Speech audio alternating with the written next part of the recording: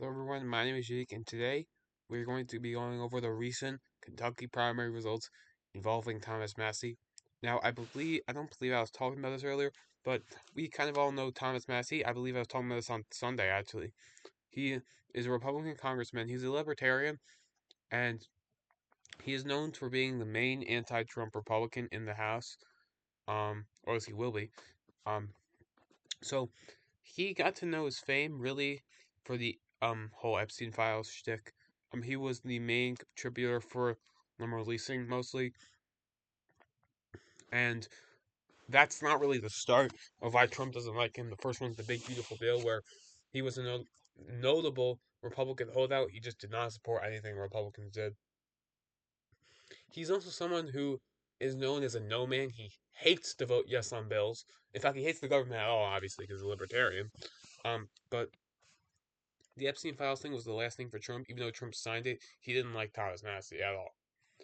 Um, Now Thomas Massie, Trump funded a challenger for him called Ed Gowron. He's really a war hero. He was in the military. He wasn't just in the military, obviously, as you can see with his uniform. He was a Navy SEAL officer, so very important. Um, he raised a bajillion amount of dollars here.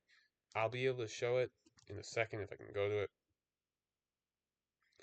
As you can see, he raised 3 million, but basically all that was basically just from billionaires. Well, not really, but he got a ton of money for being a challenger, and Thomas Massie got a ton of money also. This was the most spent race in U.S. history for the House. That's insane to even think about. The most spent ever. And a lot of people were saying that this was going to be really close. In the beginning, it was looking like Massie was going to win. He was leading on polling market also, as I believe I showed before. But recently there were some polls that came out after a long break, and Ed had a pretty big lead. He was losing by 7 before, then he was leading by 10. And I believe I said this before.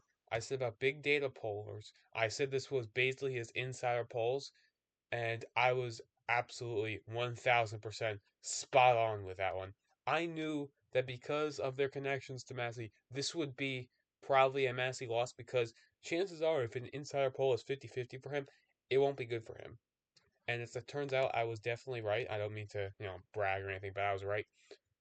He ended up losing by 10 points, which was really bigger than anyone even imagined he could.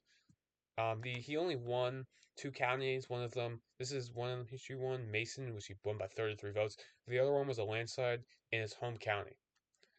Now, this isn't just one election. This kind of is really defining the Republican Party of the party of Trump, where he will primary you if you disagree with him on really anything. Well, not anything, but and on some things. And so this has really just been an important election just for the whole U.S. in general. Even though it's small, it was federalized. There was tons of people talking about that. Twitter after it happened was absolutely funny to watch. I have to be honest with you, people were calling it rigged. This was a very crazy election, and it was pretty fun to watch. But it's now over, and the we can check the next. There's also many other elections this cycle. On 2 days ago, there was the Georgia Supreme Court one, which was big win for Republicans because they ended up winning both seats. One of them was a huge majority, one of them was small. But this was interesting because in some parts it was D plus 80 for ones who voted, and the Democrats only won by 20. So there was immense vote splitting, and I mean absolutely immense. I believe that the registration for the voters was like D plus 30, and some of them won by 20 points. It was ridiculous.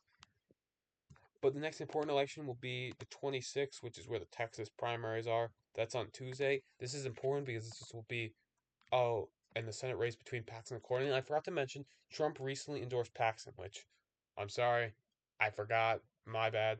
But that basically locks in for Paxton, who's more right wing than Cornyn. I'm sorry, I can't pronounce their names.